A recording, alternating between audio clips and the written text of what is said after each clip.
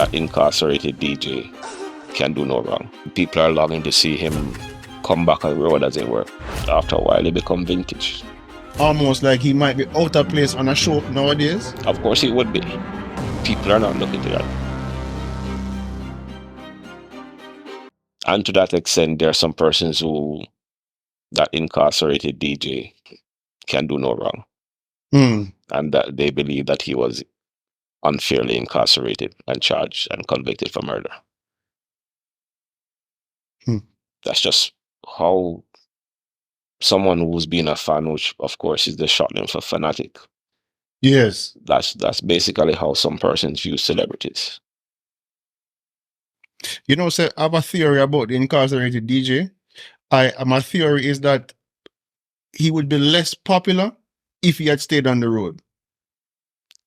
Well, I'll say this much. It's like the absence create a greater demand. You understand what I'm saying? Well, let's take, for example, Jimi Hendrix. Jimi Hendrix died at the age of 27. And it is alleged that his manager said to him that you're better off to me dead than alive. And he died a short while after. Of course, Jimi Hendrix is still spoken of to this day, just because of what could have happened or what he could have done.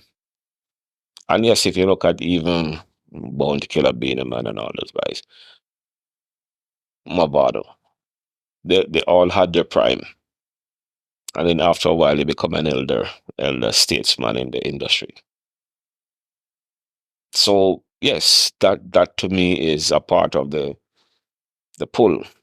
The fact that songs are being produced and he's still in the public eye, and people are longing to see him come back on the road, as it were, and quote unquote run the place. But who is he going to run the place with? Because none of the guys who are supposedly the entertainers now are his contemporaries. His main contemporary was Mavado. Yeah. And to a lesser extent, Alkaline and those guys at the time. You know, say, you make a good point, but it's almost like he might be out of place on a show nowadays. Of course he would be. People are not looking to that.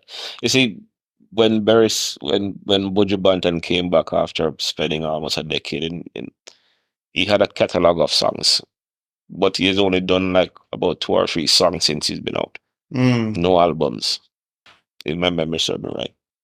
Because after a while, yes, your catalog is good, but you're now a veteran in the thing. So people don't expect you to be on the stage like Sting and all those things. If Sting were to come back.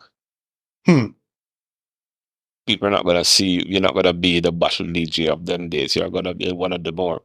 In fact, if you're at some fest, you're going to come on the night, not when they dance all night, but the Reggae Night. And that's where the incarcerated DJ would also find himself. I mean, the truth of the situation is such. All the goodie. It's a product they're a product, and they're going through the product life cycle. That's all there is to it, really. And every product have to reach a stage where it kind of go vintage. Yeah, it go mature and then go vintage. I mean, there's no difference with the entertainers. There were the days when Barry Salmon was on more stage shows. Like a younger attempting to get into the main. Now he can pack in any arena. Yes. Maybe once or twice a year, or go overseas to the different countries that have their summer programs and what have you. And that's it. Sing the hits over and over, and people never get bored. And some of them probably don't want to hear any new music. Yeah, because part of it is the nostalgia, right? Exactly. What that song brought out in them. Not necessarily. And I've seen interviews with a lot of singers and stuff, and they're saying that sometimes when they go on the stage, they can't understand why some people want to hear the old songs when they have new material.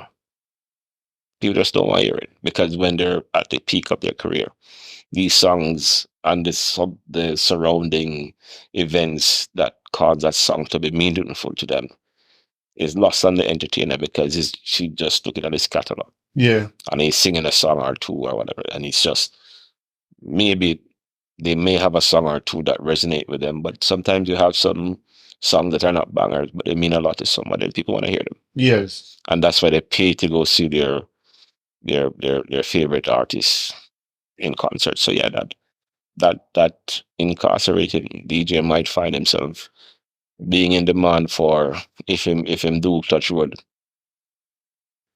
in demand for his older songs. Mm. No new content is required.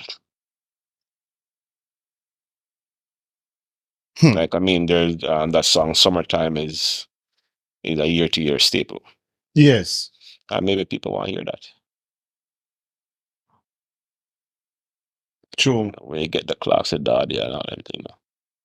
True. Classics are classics. Exactly. Classics are So classics. everyone goes through that product life cycle, and after a while, they become vintage. Just look even the rap scene in the States. After a while, 2, 3 albums, you chill. Mm. While they might have persons who are singers who have new material and want to drop them, like a Beyonce, Lizzo, and them guys. Because when they put out new material, people gravitate Taylor Swift. After a while, they'll become like the early days when Anita Baker, Patti LaBelle, and they were basically rivals in the R&B female singers. Mm. Aretha Franklin. And then afterwards, they're like vintage singers. You go see them, they sing their entire catalog, and then they do it again the following year, and that's it. Mm.